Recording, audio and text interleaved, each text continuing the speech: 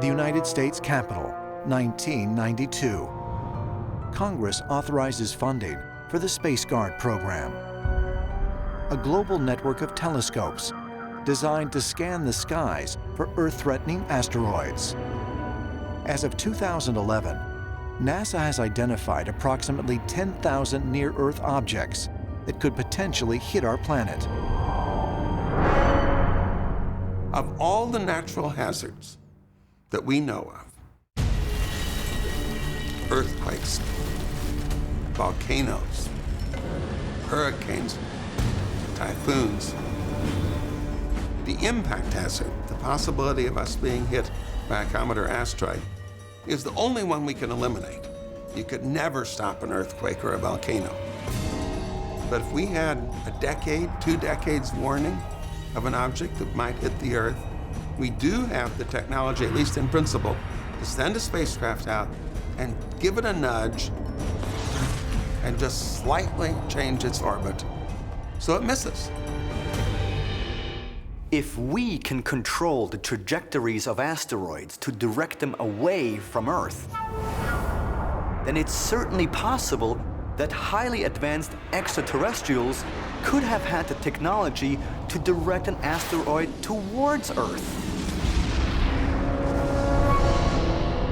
Did advanced ETs direct an asteroid to that spot? It's within the realm of feasibility that advanced ETs indeed directed an asteroid to the Yucatan Peninsula. The question is, was the impact enough to trigger the extinction? And that's what's controversial. Some people believe that that was enough. Some people believe that it wasn't. For decades, mainstream scientists believed that the asteroid that may have been responsible for wiping out the dinosaurs was a fragment of a giant asteroid called Baptistina. But on September 19, 2011, NASA concluded that the deadly asteroid may have had a different origin. Some people think that they can guess what the origin was of the object that hit us 65 million years ago. Others disagree. We simply don't have enough data. But if the asteroid did not break off of Baptistina, where did it come from? And is it possible, as some ancient astronaut theorists believe, that the object may not have been an asteroid, but an extraterrestrial weapon? Perhaps the extinction was triggered by advanced ETs. Specifically, they might have used something to destroy the dinosaurs. In 1980, physicist Luis Alvarez discovered a thin global layer of sediment, nearly 65 million years old, that contains high levels of iridium, an element not commonly found on Earth. Those materials probably came from an asteroid. They could have come from a comet, but they definitely came from somewhere in the solar system, far beyond the Earth and Moon. Some researchers believe iridium is deposited on Earth by celestial masses like meteors, comets, and asteroids. But the rare element can also be introduced into the atmosphere as a byproduct of something else. Fallout from a nuclear weapon. Could the Earth's iridium layer really be physical proof that advanced nuclear weapons had at one time devastated our planet? And might they have been deliberately deployed in an effort to wipe out the dinosaurs?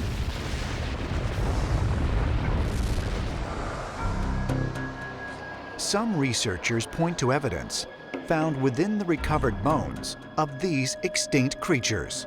Most people don't realize that most of the T-Rex skeletons that are on display at various museums around the world, they're painted with a very specific paint. Now, the reason they had to paint them is because when they discovered the bones, they discovered that they were very radioactive. But if dinosaurs really fell victim to a nuclear attack, might there be some sort of tangible evidence? Ancient astronaut theorists believe the evidence does, in fact, exist in the pages of the ancient Hindu texts. We can look into the ancient Indian texts like the Mahabharata, and there are clear stories that describe lizards of various sizes, some even the size of buildings, that were all mass exterminated, and it was because of the angry gods. Now, we can look at this and say it's mythology, or was there some type of mass extinction level event caused by ancient aliens? If we look at the records left in the ancient Sanskrit writings of India, we see descriptions of weapons resembling modern atomic weapons.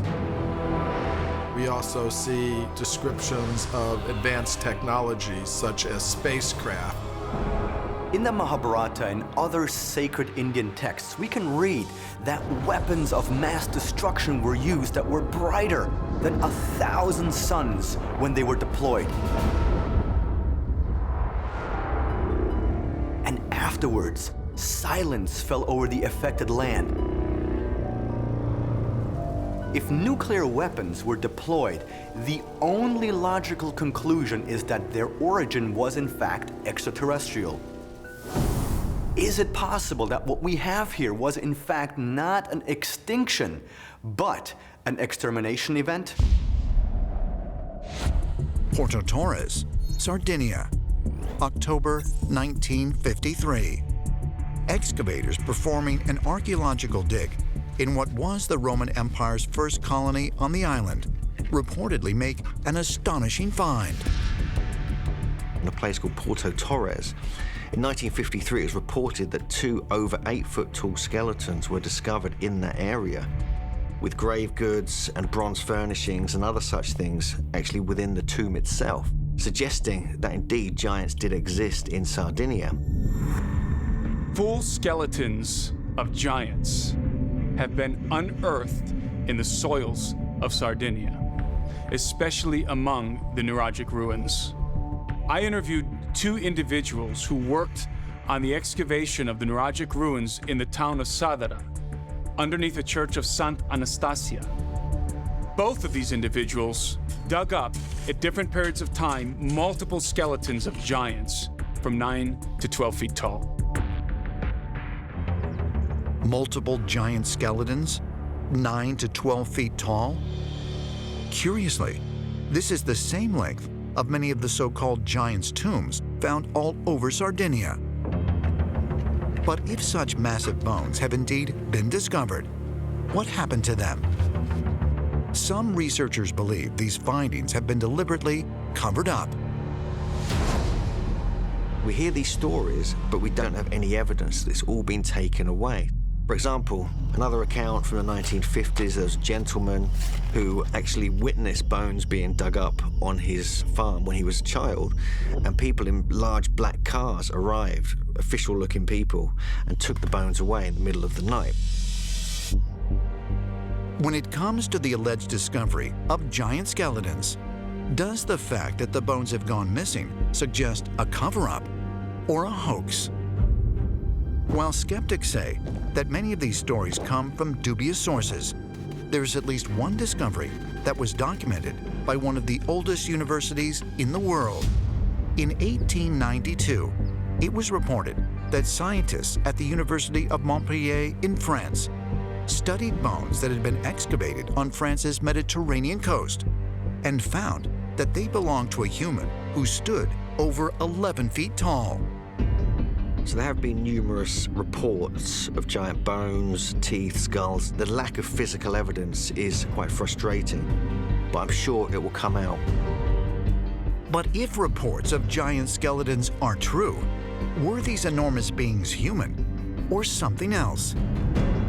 Ancient astronaut theorists suggest the answer may be hidden within our own DNA.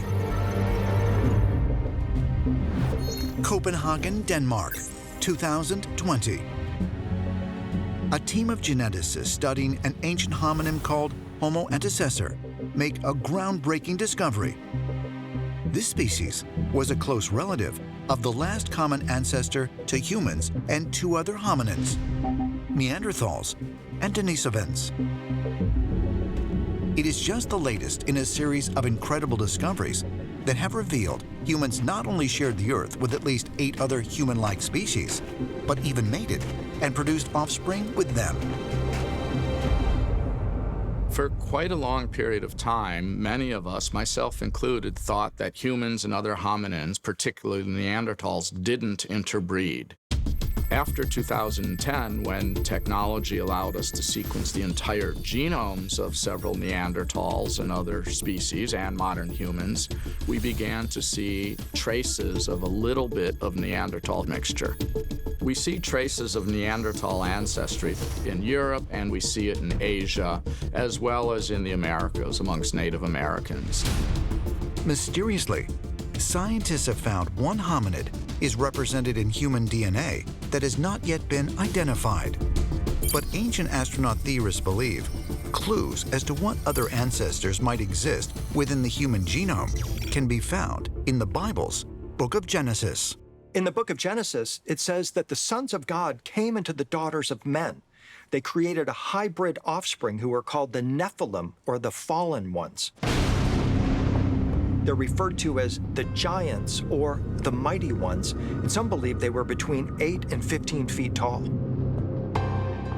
This is handed down not only in the Bible, this is also handed down in Sumerian languages, that some of the gods had sex with humans and the offsprings were giants. Mythology is full of giants, and we have to look at these old myths with modern languages. Change the word of angel into extraterrestrial. In the beginning of time, extraterrestrials had sex with humans. And the product of this sexual contact were giants. Is it possible that as geneticists continue to decode the human genome, they will find that among our various hominid ancestors is a missing link to enormous beings from another world? Ancient DNA is perhaps, for me, the most important area of study in all of my work, because there is the potential chance here that we could find direct evidence of the ancestors of modern humans. I suspect we will find lineages of a race of giants. Bulgaria's Black Sea coast, July 2010. Here, in the ruins of a medieval church on St. Ivan Island, 6 small human bone fragments are discovered inside a marble sarcophagus. Through radiocarbon dating and DNA testing of one knuckle bone, scientists conclude that the bones are from the 1st century AD. But what is even more incredible is the belief by many that the bones are actually those of St. John the Baptist. In Christianity, John the Baptist is specifically important because he is known as the forerunner, the precursor, the one who comes before the Messiah. And in the stories of John the Baptist, he becomes extremely important for Christians because he announces that a greater Messiah is coming after him. And the legends around John's bones were always legends of extreme power. John was a prophet. Now on tour in churches throughout Bulgaria, tens of thousands of the faithful come to visit, pray, and even worship these tiny bone fragments. But why? What is it about ancient bones, even those thought to have belonged to a saint, that compel people to come and visit them? Could it be they possess some mystical or otherworldly power? The idea of saints' bones and relics having power is something that goes back to the very early days of Christianity. And certainly in the latter part of the Dark Ages and the Middle Ages, they became very big business. If you had saints' relics in your church or in your cathedral, you could bring in a lot of pilgrims who would also bring in a lot of donations. There was a strong belief by the nobility and the royalty that the bones of these saints actually did contain some kind of power. Humans always want to worship their celebrities, their kings. Whatever was linked with mysteries, humans worshipped it. So in antiquity, it entered already into altars. When a high priest died, part of his body, part of his bones was sometimes separated, brought to different countries, and everyone worshipped the bone in an altar. That's still happening in Christianity. Kushinagar, India, 483 BC. Siddhartha Gautama, the great spiritual teacher upon whom Buddhism is founded, dies. According to legend, after Buddha was cremated, several small pieces of his body remained intact and were retrieved from the ashes. After his cremation, the ashes were fought over by a lot of his disciples. And finally, they resolved the problem by dividing them into 8 different parts. When the Buddha's ashes were divided, and there's a claim that there's a tooth found there, it was considered as very valuable. Right away, when the tooth was given to a king, the relic, the tooth relic itself, became associated with the power of kingship. And it is believed that the king who possesses the tooth would be able to rule properly, and there would be peace and prosperity in his kingdom. Could such a tiny but tangible relic from the mouth of the dead Buddha really have such power? Is a physical link to a holy and venerated leader really a means of connecting to the afterlife? And even more profoundly, some divine life force? The worship of relics actually is as old as the Buddha's religion itself and many other religions too. The Buddha himself approves of the worship of relics because he believes that his followers need something very concrete to remind them of his presence and his teachings. The relics are supposed to be actually the essence of the saints. So in a way, the relics are the saints themselves, so they have the powers of the saints. The importance here is, why is it that objects like this can gain such an incredible spiritual value? And quite clearly, it's to do with the psychology of the importance of individuals like the Buddha, who are seen to be personifications of God or the gods themselves, and that just to own this or to have some part of it imbues you with the same power as the gods themselves. So you have to wonder just why these relics are so important. We give them power, these bones and these teeth, but what they are, at least in a scientific manner, is a piece of DNA from the Buddha himself. I think they knew that in the far future, the gods, the extraterrestrials, would return again.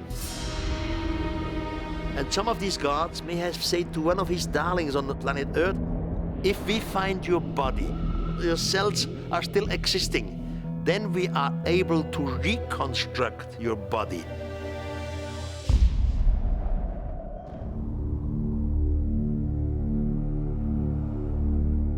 Oxfordshire, England, 1819. In a quarry just outside the village of Stonesfield, paleontologist William Buckland discovers several fossilized bones of an enormous unknown animal, including portions of a lower jaw with teeth still in place.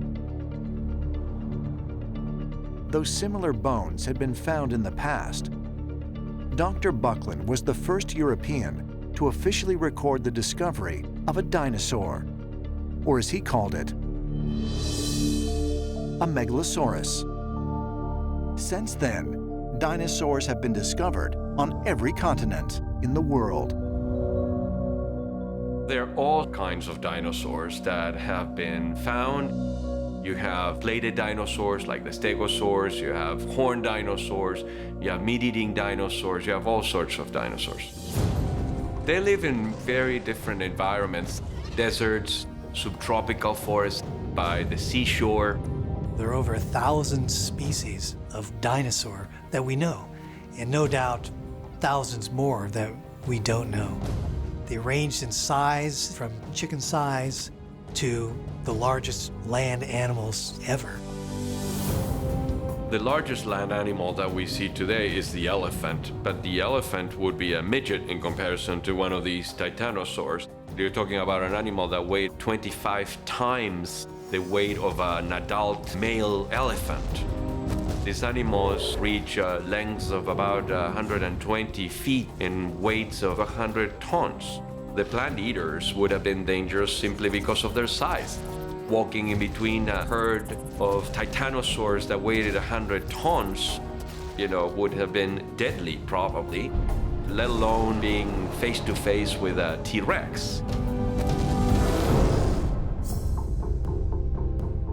The dinosaur really speaks to us. Every child has this fascination with dinosaurs, and we know that they're able to fly, we know that they are able to frighten you. They are to some extent supernatural creatures. One of the things with planet Earth was that in ancient times, everything was bigger, and all the animals were bigger, and plants were bigger. Everything was gigantic. The world of the dinosaurs was completely different from our world. During the age of the dinosaurs, many other animals lived. You have giant reptiles swimming in the ocean, flying reptiles flying over the heads of dinosaurs. You also have insects, mammals, amphibians, and other creatures. But dinosaurs were the king of the land. We imagine in science fiction what it would be like to travel to an exotic, exciting, strange alien world where these giant creatures roaming around the planet. And it happened here on Earth in our prehistory. While scientists have been studying dinosaur fossils for nearly 200 years, their theories about what these giant creatures were and how they lived often change with each new discovery. Recently, paleontologists have determined that Tyrannosaurus rex was most likely covered not with scales, but with feathers. We found feathers of dinosaurs. They're actually preserved in amber. And so dinosaurs, we now believe that many, if not most of them, had a feathery covering of some kind. We know they had very complex behaviors.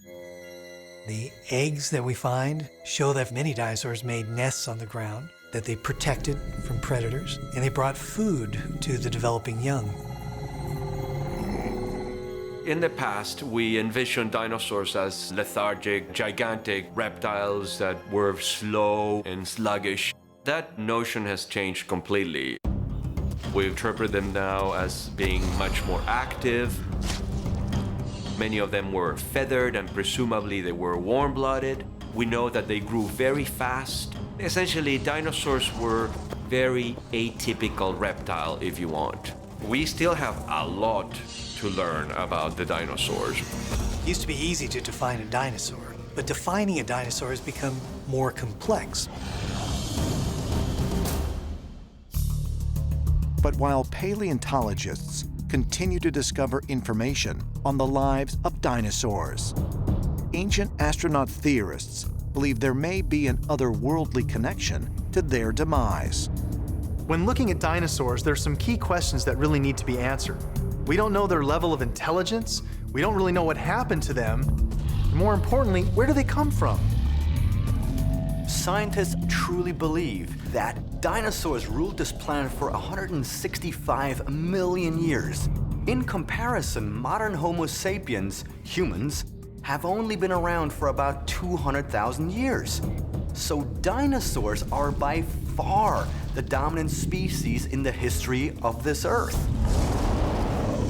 But in the early 1800s, if you told someone the Earth used to be teeming with giant beasts, some of which weighed over 100 tons, that person would say to you, "You're crazy." And yet, today, the dinosaurs are scientific fact. Dinosaurs could very well have been an early experiment by extraterrestrials with life on Earth. this planet has been capable of supporting life for millions, if not billions of years.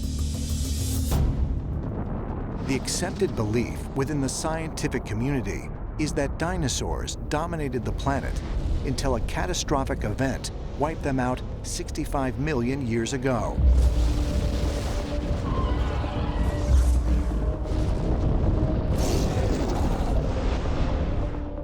There was a mass extinction that essentially exterminated maybe 50% of what was alive. Among the 50% are the last dinosaurs that lived during the age of the dinosaurs. Things like Triceratops, T-Rex.